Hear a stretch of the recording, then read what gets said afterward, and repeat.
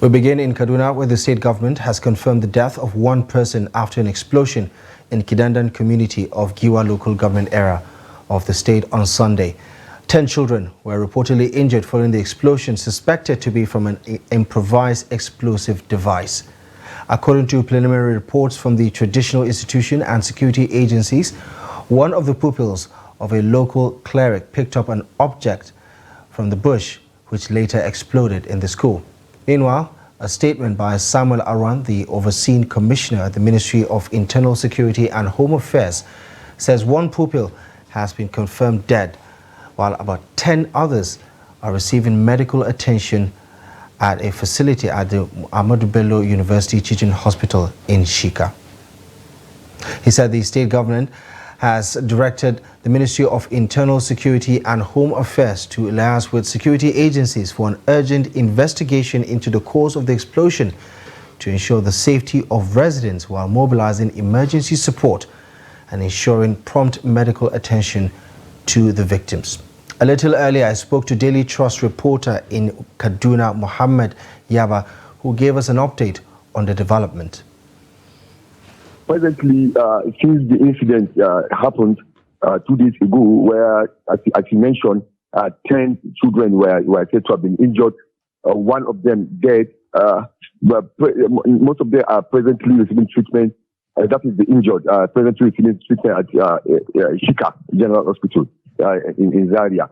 But based on the update I gathered this morning, I spoke to some of the resident community leaders there, where they confirmed to me that since the incident, massive deployment of troops, particularly soldiers, were sent to that community, and that about 30 of such vehicles conveying armed personnel were moving into nearby bushes in search of terrorists, because that community has been sieged for a very long time. They have been witnessing constant attacks from suspected bandits around that area.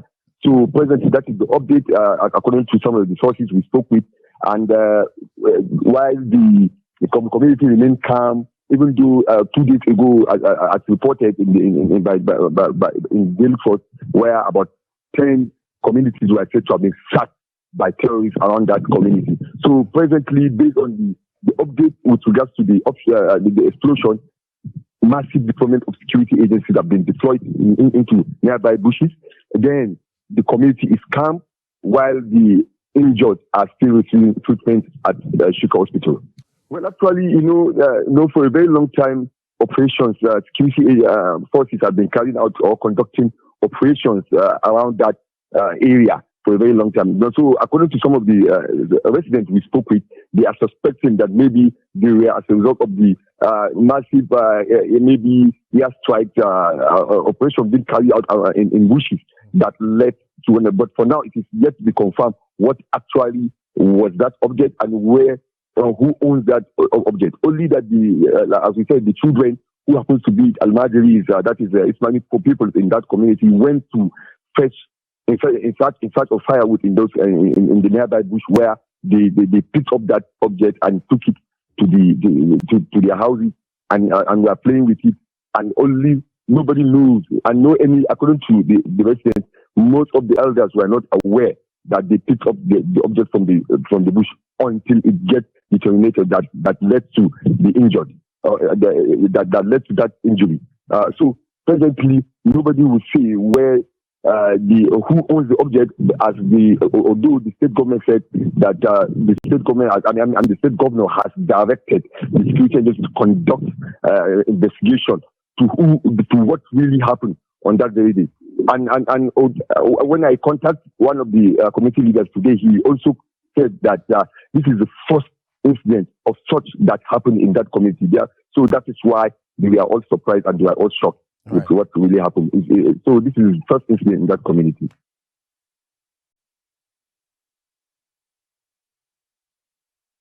Mohamed Yaba providing context and update to developments in Kaduna State following that explosion in one of the communities in Shika. Now, to other developing stories now, the federal government says it is awaiting the outcome of a forensic investigation are ordered to ascertain the cause of a tragic explosion that rocked Ibadan, the Oyo State capital, last week. The Minister of Solid Minerals, Dele Alaki, made this known in a statement on Sunday by his aide, Shegun Tomori. On January 16, 2024, an explosion rocked the Bodija area of the ancient city, with buildings blown off due to terrific vibration. Now, Governor Seyi Makinde said preliminary investigations by security agencies have revealed that the blast was caused by illegal miners occupying one of the houses in the area. At least 5 persons have been confirmed dead and scores injured in the blast wave, while many buildings were destroyed. On Sunday, the Solar Ministry said inspectorate officers have been deployed to the scene of the explosion to join other security agencies to unravel the cause of the explosion. The minister assured Nigerians that the federal government is committed to addressing challenges from the root. Hence, it's resolved to await the outcome of painstaking forensic investigations on the Ibadan explosion before making a definitive pronouncement. Borno State Governor Babagana Zulum on Sunday commissioned 500 resettlement houses for internally displaced persons in Logumani community of Ngala local government area of the state. The newly constructed Logumani community is made up of units of 2-bedroom semi-detached low-cost houses with basic amenities such as primary school, health center, a police station and portable water. The houses were distributed to over 500 families as part of the Borno State government's efforts to provide shelter for people displaced by the Boko Haram insurgency. Logumani residents were displaced as a result of the activities of Boko Haram in Borno State. They were previously taken refuge in Dikwa, Ngala and other parts of the state. Governor Zulum, in his address, gave assurance that his administration would not relent in providing basic services to people of Borno State. The governor also distributed livelihood support packages to returnees that were displaced for nearly a decade by the Boko Haram insurgency. The Katsina State government, through the State Emergency Management Agency, has supported hundreds of physically challenged persons in the state with food, clothing and other relief materials. The beneficiaries were randomly picked from the streets of Katsina State and other major towns in the state as part of efforts to address their plight through empowerment, training and skill acquisition program for startup businesses. Abdullah Yamadi tells us more. Worried by the current economic hardship and the difficulty Nigerians, especially the physically challenged, are facing, Katsina State government deemed it necessary to assist these vulnerable groups. We have over 200 beneficiaries, both males and females. They are being selected, some of them from the street. We want to make them happy. We want to bring them into the society so that they will understand and know that the government is doing everything possible to make them happy. Among the beneficiaries are people living with spinal cord injuries, deaf and dumb, widows and orphans, as well as those affected by disasters who find it difficult to make ends meet. These beneficiaries are extremely happy and overwhelmed, saying this is the first time the government is identifying with them, especially at a critical moment when they struggle for food to survive. I want to commend the initiative of providing relief materials to us. I think this effort should be commended. I also want to encourage other well-to-do and corporate bodies to do the same. There is hunger everywhere. Poverty-stricken population are dying. We need help. We want to thank the efforts of Governor Dikko Radda's administration of providing relief materials to us. We sincerely appreciate him for this. We will utilize it judiciously to serve the purpose it was given. Earlier, hundreds of people affected by heavy windstorm flooding and fire disasters across the state received assistance from the state government through its emergency response organization. 8 local government have been benefited, and from each local government, we've selected 46 beneficiaries. 25 of critical and then partial collapse, 26. Public commentators suggest immediate implementation of all palliatives and salary wage grants, as well as living wage for all Nigerian employees to save the country from imminent collapse. Abdullahi Izuma Yamadi, Trust Television News, Katsina. Now, the Arewa Consultative Forum has kicked against the planned relocation of the headquarters of the Federal Airports Authority of Nigeria (FAN) and some departments of the Central Bank of Nigeria from Abuja, the nation's capital, to Lagos, describing the move as a deliberate plot against the northern region. In a statement, its National Publicity Secretary, Mohammed Baba, pointed at a publicized letter from the Minister of Aviation to a contractor to relocate the project for refurbishing of the airport, rescue and firefighting vehicles from Katsina to Lagos as one of such deliberate plots to always shortchange the northern region by some federal government agencies. The forum says the CBN's decision to, rather than being a normal administrative action to fix some logistics problems, is in a disturbing pattern of antagonistic action often taken by certain federal government agencies against the interests of the north and other parts of the country,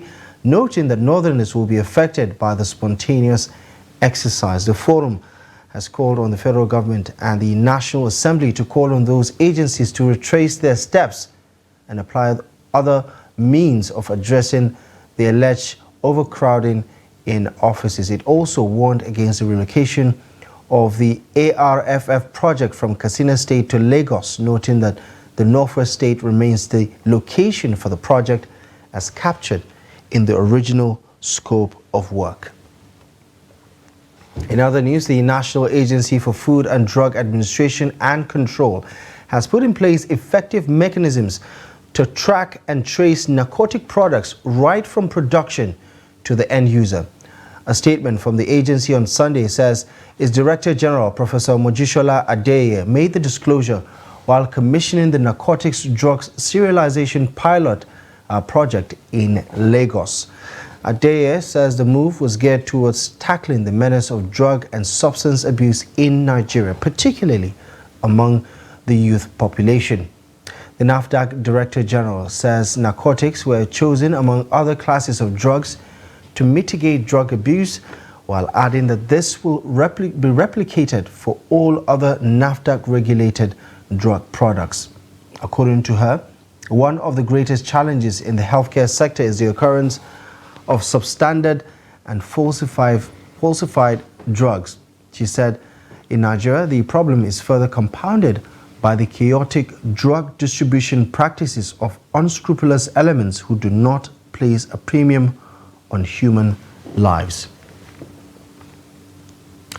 Elsewhere, 16 people were killed and 4 others injured in a road accident in Makarfi local government area of Kaduna State on Sunday. The accident, which occurred around 11:12 a.m.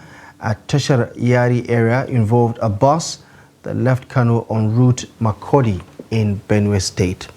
A statement by the Kaduna State Sector Commander of the Federal Road Safety Corps, Kabir Nadabo, attributed the accident to overspeeding, which led to the driver losing control of the vehicle. He also said an initial investigation of the crash revealed that 20 persons were involved in the incident, as 16 of them have been confirmed dead. 4 others were injured and were rushed to the Makarfi General Hospital, where they are currently receiving medical treatment. This is Trust TV News Update. Coming up ahead, Imo residents decry decaying primary school structures across communities. More on this and many other stories up ahead after the break. We started manufacturing leather since 1958.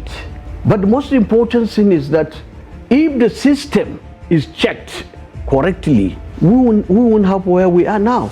If somebody has depression, they may just be very irritable and unproductive in the office. So you find on average already about 1 in 4, 1 in 5 Nigerians already have mental illness, a mental health condition that needs some form of attention. No matter how good an economy is, if the federal government goes bust, believe me, everything in the economy is just a matter of time it will go bust.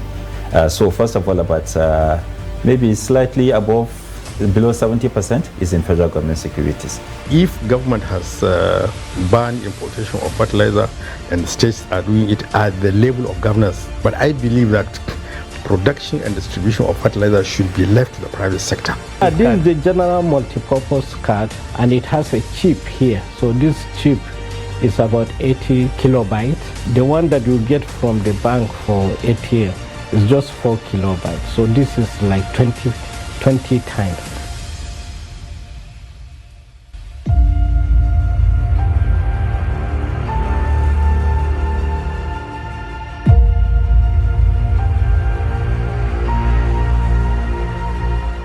Hello viewers, welcome to another episode of Adam's Kitchen on Trust TV. Try grating it. I am going to show you how to prepare a Singaporean chicken rice. Like this. Back here and get my carrots ready. Put in some amount of oil on the skin. I will now go ahead and take off the chicken, spread it to a desired shape.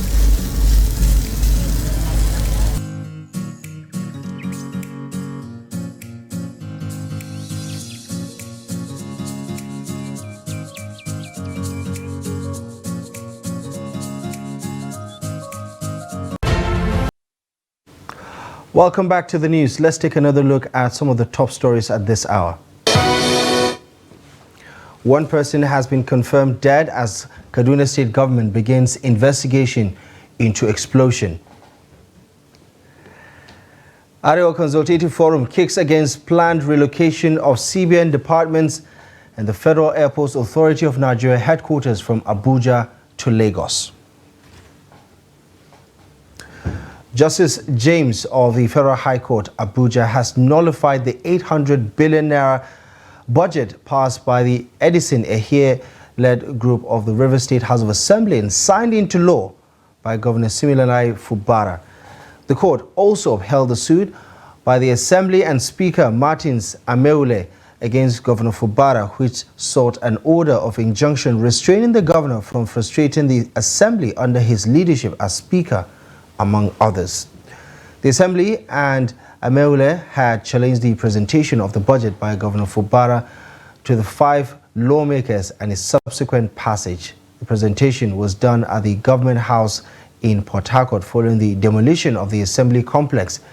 The state government and after a court restrained Ehie's contender Martins Ameule from using the Assembly complex. Now, the judge said the purported sitting of Ehie and 4 other lawmakers, as well as the presentation of the bill, as void and granted the order setting aside the purported appropriation bill signed despite the interim order of his court restraining him. And the judge also granted the order restraining the governor from continuing the demolition or construction of the River State building, adding that all acts of the governor with 4 lawmakers is in nullity and ruled that the governor should go through the lawmakers presided by Martins Ameule. Now, the dilapidated state of infrastructure at the grassroots has become emblematic of the poor performance of government at community levels. This development means basic amenities like hospitals and schools are facing continued decay due to poor funding and neglect from state governments. Trust TV's Ajibade Praise has more. I am currently in one of the classrooms of the early year primary school, Nazi. The condition of it tells of the sorry state the primary education of the state find itself. Like this particular school, most of the government-owned primary schools in the state, especially the ones in rural areas, are in a deteriorating state, dilapidated, with no toilet for convenience, and where there is one, is often with no running water for effective usage. People in the state attributed the menace to bad governance and lack of functional local government system in place. But we know that the local government councils have constitutional duties and responsibilities that they're supposed to be doing for us. And they are the closest government to the people. I remember when I was growing up as a child, I did not come to Owerri for anything. I went to my local government headquarters, Iho. That's where we did everything. We had a bank there. We had every service you needed. That's where we went to. But now we don't know what the local government people are supposed to do for us. So it was something bad. So we're here for you to see what we've done and for you to take the message and tell the whole world that there is need for intervention in primary schools in the Southeast. And there's also need for intervention in health centers in the Southeast. Thus, situation has made most parents and guardians to withdraw their children and wards from the public schools to private ones. Some of the children who are at the receiving end speak on the situation. Look at the it. It spoils and anyhow. No one's fix it. But private schools, once it spoils, they fix it. Look at the toilet. They don't have water system. They have toilet too, but they put water, they spoil it. They have chairs, desks. Let them repair everything. Let them be desks, locker, chairs, and water. The person in this school, I'll make it. I want them to replace the zincs and the water system. We need water in this school. Though there are efforts by the government to salvage the situation, just like this one behind me here, it was recently built for the school, the people of the community are equally hopeful that government will extend their hand to buildings like these and many others that cut across the state. This, they believe, if put in place, will provide the needed conducive environment for the learning of the children. It will also go to better the primary education of the state. Ajibade Praise, Trust TV News, Owerri. Talking business now, Fitch, one of the leading global credit ratings agency, has said the Nigeria Central Bank still lacks sufficient foreign exchange to clear the backlog of demands within the economy. Director of the Middle East and Africa Sovereigns at Fitch, Gamin Nonyani, stated this on Sunday in a webinar, also warning that Nigeria's high interest rate payment to revenue ratio is a key weakness on its sovereign credit rating. Nonyani, however, said that the forex shortages in Nigeria would keep pressure on the naira, where there is currently a 30% gap between the official and parallel market rates. According to her, Fitch expects the naira to end the year just above 900 naira against the dollar. The CBN has so far cleared only $2 billion of backlog, $2 billion of backlogs of $7 billion in forex forward since President Bola Tinubu took office last year in May. Staying with other international development, Israel's Prime Minister Benjamin Netanyahu has rejected a proposal by Hamas to end the war and release captives in exchange for withdrawing Israeli forces, releasing prisoners, and accepting the armed group's governance of Gaza. Netanyahu, who is under growing domestic pressure to bring the captives home, says accepting Hamas's conditions would not only mean leaving the armed group intact, but also that Israel's soldiers had fallen in vain. Netanyahu earlier repeated his opposition to an independent Palestinian state, insisting he would not compromise on full Israeli security control over the entire area in the west of Jordan.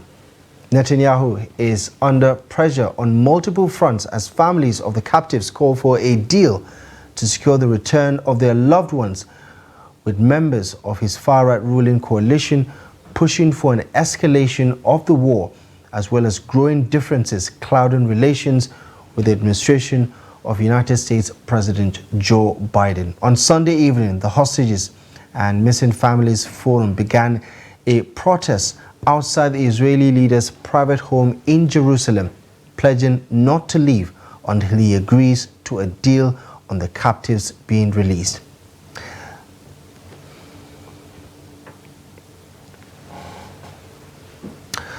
Talking sports now, a dominant first half showing from South Africa allowed the Bafana to secure all 3 points in the Africa Cup of Nations group stage, keeping their chances of progressing to the next stage in the round of the next stage of the competition. Namibia made a strong start, but South Africa was soon ahead following a VAR check that they were awarded a penalty from a handball inside the box. Pasi Tau, South Africa's talisman and most decorated player in the squad, stepped up and confidently buried the opener after just 14 minutes into the game. Namibia looked for a response, but that led to the Brave Warriors leaving far too much space at the back, allowing South Africa to take full advantage as Bafana doubled their lead via Themba Zwane, who scored his finished pass Lloyd Jr. midway through the first half. Namibia looked lost after conceding the second goal, and South Africa capitalized on their dominance to further extend their lead as Zwane dribbled into the box before firing an unstoppable shot past the goalkeeper. Things are wide open in Group E as South Africa move up to second place, level on points with Namibia. Everything will be decided in the final round of the group fixtures when South Africa take on Tunisia's side, desperate for a point, while Namibia face current group leaders Mali. Well, that's it. The latest news stories at this hour. Do well, as always, to follow us across our social media platforms to catch up with more content. And you can visit our website, trusttv.com, for the latest news. My name is Abdullahi Ahmed. As always, thank you for your time. I'll see you soon.